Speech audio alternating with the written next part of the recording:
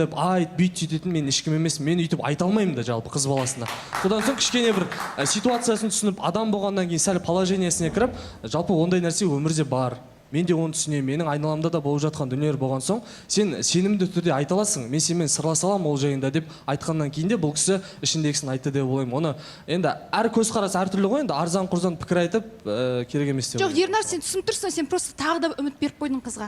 Қыз одан сайын бүйтіп уже енді қараңыздар, бұл жақта пікір по-любому екіге бөлінетін еді балаусахан. Мен тоқтатсам да, мен жалғастырсам да. Мен тоқтатсам, сен деген сондай оңбаған адамсың, сен деген сондай қатыгезсің, жауызсың деген сияқты пікірлер кететін еді. Сен барлық шындығын айтқызып алдың да, жалғастырдың деген сияқты. Ал енді жалғастырсам, сен үміт бердің деп отыр да.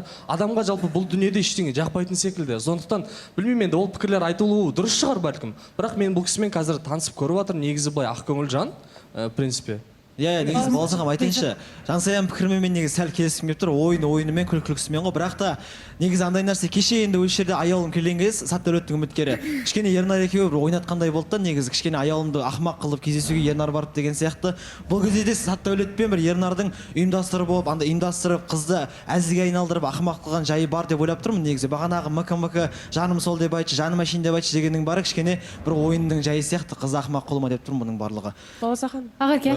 Иә, негізі Баласа ханым білмеймін бір ойластырып отыр, басқа қылып отыр деп тұр ғой. Бекзат бір өзінің ойынан хабар беріп жатыр ма, себебі енді Жәнібектің үміткерімен бірге шығып, сол Жәнібектің үміткеріне өзі ғашық болып қалып, одан кейін сөз салып жүреді, бір бәрін өз сияқты көре ма, бір сондай болып қалды да бұл жерде. Бірақ енді білмеймін, Ернардың да өткен жолы бір Ақмарал деппін ғой, Қарлығаш, шатасып кеттім ғой.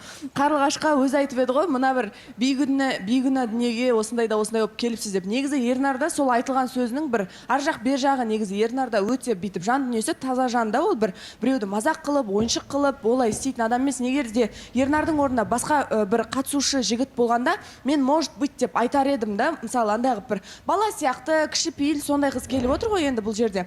Бірақ енді білмеймін, бұл жерде андай болады ғой, бір негатив табу керек екен ау деп бір негатив тауып отқан сияқты да. Бірақ енді на самом деле бір досы ретінде айтатын болсам, Ернардікі бір андайда бір болады ғой, жігіттік бір андай қылып сыйластық көрсетіп отыр тек қана үміткерге. Болашақта бірдеңе болып кетеді деген ықтималдық мен бұл жерде жоқ деп ойлаймын. Қарлығашқа да жалпы Жансаяның айтып кеткенмен шамалы қосылам. Ондай қатты бүйтіп кіріп кетудің қажеті жоқ деп ойлаймын. Негізі өйткені бұл жерде кімнің біздің Қарлығаштың отқанандай күлкісінің артында бір жасырын бір уайымдар бар негізше. Ол просто жай ғана сырт келбетке ғана күліп отыр. Қыз мына жерде бәрі келісетін шығар сонымен. Просто жай ғана эфир ғана күліп, кішкене енді ондай эмоцияны бермей-ақ қойыншы деп, уайымды көрсетпей-ақ қойыншы деп защитный реакция болып отыр тек қана. Әйтпесе бұл жерде тек ойын істеп отқан жігіттер ғана көріп отырмыз шынымен ше. Әйтпесе енді Ақерке досың болғасын деп болсаң, вот именно досың болғаннан кейін сен солай айтып отырсың. Жоқ енді Бекзат ортаға салып қыз ретінде күлкі қылатын болса, сен осы жерде кәдімгідей бұл жерде басына көтеретін.